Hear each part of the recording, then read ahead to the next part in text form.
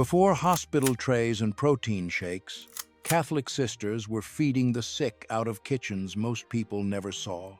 One dish on this list looks like food to discard. Nurses in that era used it to keep fever patients alive. The reason none of this knowledge survived is documented, and the explanation sits near the end of this list. These women did not just pray over the suffering, they fed them. This is a count of 25 secrets their convent kitchens mastered. Number 25, Irish soda bread. Sister Mary Camillus McGoldrick of the Sisters of St. Francis of Philadelphia made it with 4 things: flour, baking soda, sour milk, and salt. No yeast, no rising time. The dough came together in minutes and went straight into a hot oven. A loaf ready before the table was even set. Today, it sells at artisan bakeries and gets called a heritage food. They just called it bread. Number 24, monastery vegetable soup.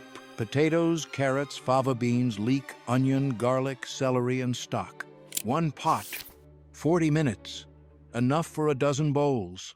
Catholic monastery kitchens built this meal entirely around what the garden already had.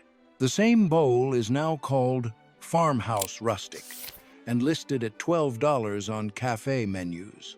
The sisters charged nothing and washed the bowls themselves. Number 23, Grandma's vegetable soup. This recipe appeared in a community cookbook published in 1977 by the Sisters of St. Francis of Philadelphia. Mixed vegetables, broth, whatever the pantry allowed. No precise measurements. It was written down decades after it was first made because someone finally thought to ask before the memory left the room for good. Number 22, Mom's chili soup. Sister Joyce Helfrich described it as an oral recipe that was never written down. Beans, tomato, ground meat when it was available, spices measured by feel rather than by tablespoon. A recipe that survived only inside a person. When that person stopped cooking, it did not get lost. It simply ended. Number 21, St. Joseph's Macu. Dried beans, lentils, leafy greens, celery, fennel, and broken pasta cooked in a pot big enough for a neighborhood. In the Sicilian Catholic tradition, this was made from poor ingredients and offered to the poor as a sign of charity. Communities cooked it in large quantities and served it free on feast days. Today, the same bowl appears on restaurant menus as legume minestrone. The institutional scale of those kitchens is rarely acknowledged in full. By 1872, there were 75 Catholic hospitals in the United States. By 1910, there were 400. Every one of them was built and run in large part by women religious. The Sisters of Mercy arrived in Pittsburgh in 1843. The Sisters of Charity opened a school and orphanage in Cincinnati in 1829. And were serving 300 girls by the late 1840s. These women nursed patients, fed them, did the washing, and cleaned the wards. They grew vegetables and raised animals so the kitchen would have food and milk. They worked more than 14 hours a day, 7 days a week. What came out of those kitchens was not charity food, it was care. In that era, a bowl of soft porridge carried to a bedside was part of the treatment. The person cooking and the person nursing were often the same person wearing the same apron. Number 20, bread and coffee. Outside the Catholic Worker House on Mott Street in New York, 800 people lined up every morning for bread and coffee. Photographs from around 1937 show the crowd stretching down the block. The bread was rye or pumpernickel. The coffee was whatever they had. 2 things. 800 people. The kitchen did not run out. Number 19, potatoes, beets, carrots, and cabbage. Dorothy Day recorded this supper at the Catholic Worker Kitchen. Potatoes, beets, carrots, and cabbage. No meat, root vegetables boiled soft and set on the table for whoever walked through the door. A meal built entirely from the cheapest produce available, enough to keep a body going through the night. Number 18, bread-stretched meatloaf. Dorothy Day's kitchen bought 15 pounds of chopped meat at 15 cents a pound and mixed it with a good amount of bread to make it reach more plates. The gravy helped. The potatoes helped. The point was not the flavor, The point was that the last person through the door got the same plate as the first. Number 17, gravy-stretched potatoes. When the gravy ran low, the kitchen added hot water straight to the pan drippings. Dorothy Day described this as the gravy stretcher. Hot water, leftover potato pieces, bits of meat scraped from the pan. What came out looked like a proper plate of food. For someone who had been standing in line since morning, it was exactly that. Number 16, rice caudle. Ground rice simmered in milk with a strip of lemon peel and a pinch of spice. Sickroom food from the era of handwritten nursing guides made for patients too weak to sit up. Today, a solo rice pudding in New York goes for $12.50. The sisters made 6 bowls from a handful of rice and gave every one of them away. Number 15, flour caudle. Flour, water, milk, a pinch of salt, a strip of lemon peel, boiled to a smooth, thin paste and fed by spoon to whoever was too ill for solid food. Documented in invalid cookery guides as one of the most basic recovery preparations that existed. Almost nothing to make, almost nothing to ask of a body that had very little left. Number 14, bread panada. Breadcrumbs, water, spice, sometimes a little milk or egg, cooked until soft enough to eat with a spoon and served to the sick and the elderly. Carmine's in New York now lists bread pudding, a sweet descendant of this dish, at $26.95. The sisters made a version of this every week in Catholic wards across the country and never charged a cent. Number 13, rusk panada. Dry rusks boiled in water, strained, then beaten into warm milk until smooth. The goal was a liquid thin enough to swallow without effort, made for patients recovering from fever or surgery. Invalid cookery guides documented this as a staple of careful nursing. It required almost nothing to make and asked almost nothing of the body to receive. Number 12, egg, thickened panada. Bread softened in warm milk, thickened with an egg yolk, butter, and salt. The rule documented in the nursing guides of that era: do not boil after the egg goes in. Boiling breaks the yolk and ruins the texture. The sisters knew exactly what temperature to hold it at for patients too.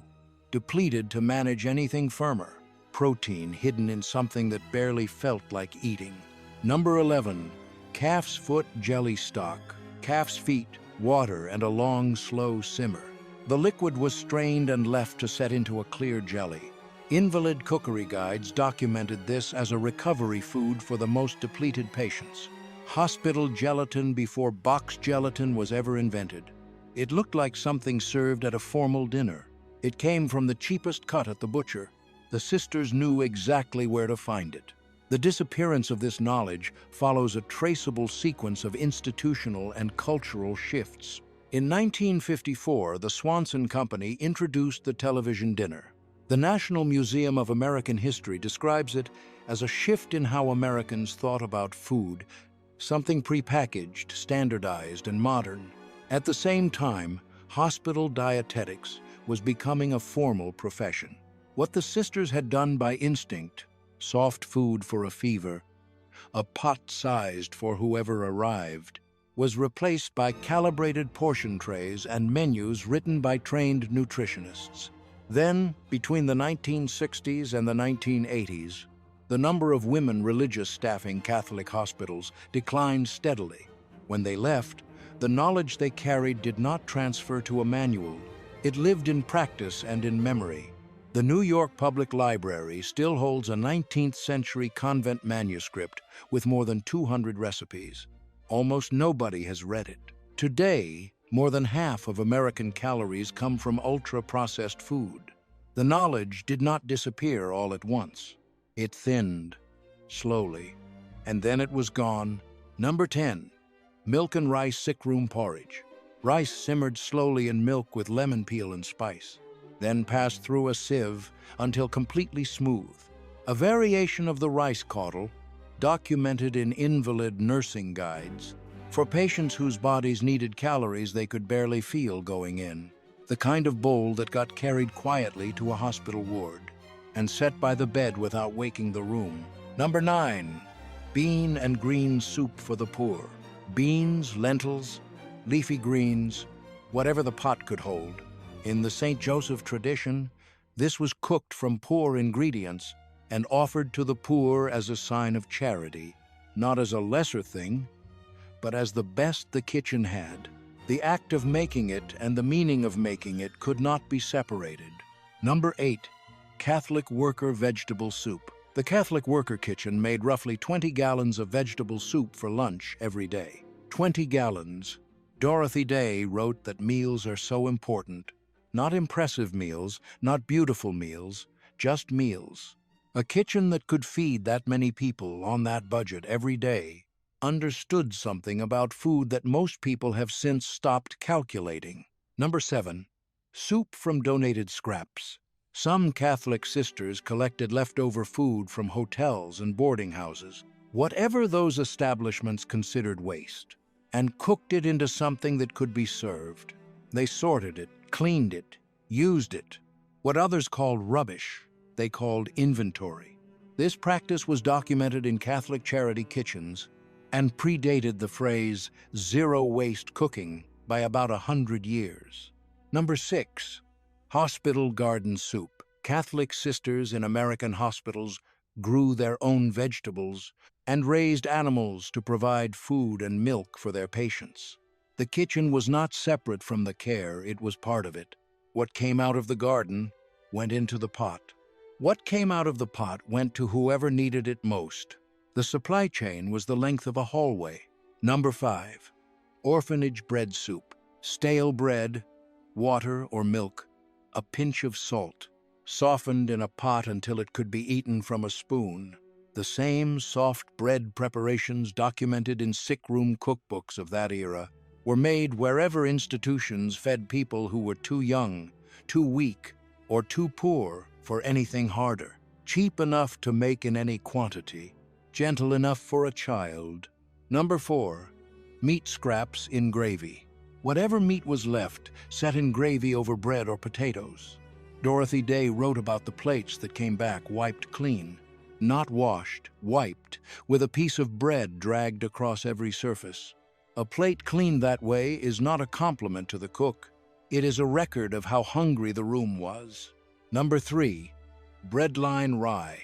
The Catholic worker breadline served pumpernickel or rye bread with coffee in the mornings. Dense, heavy bread, the kind that holds a stomach through hours of cold and standing.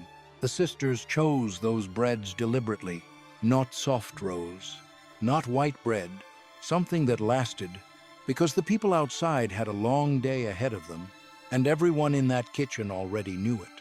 Number 2. Sunday meatloaf. Dorothy Day's kitchen bought 15 pounds of chopped meat, paid 75 cents for a bushel of potatoes, and served the meal across 6 sittings. She worried the whole time about whether it would stretch. It did. 6 sittings, 15 pounds, not a piece left over. The plates came back clean. The kitchen had made enough, but only barely, and that word barely holds all the weight of what those kitchens carried every single day. Number 1. The last helping. After the last sitting was finished and everyone had been fed, there was exactly 1 helping left. Dorothy Day wrote it down. 1 plate, saved in the icebox. Julia came in later that evening. She had not eaten since lunch. The kitchen had that 1 plate waiting for her. No recipe, no list of ingredients. 1 plate. 1 person who thought to save it. That is the whole secret of everything on this list. Count everyone before the kitchen closes, and then check the icebox. These women did not leave behind menus. They left behind a practice. 1 pot, inexpensive ingredients, and enough care for the last person through the door. Right now, 28% of older Americans live alone.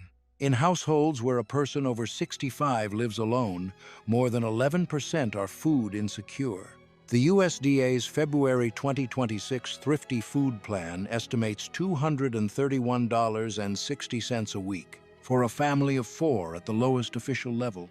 These numbers are the reason this knowledge still matters. Pick one dish from this list. Make it next week.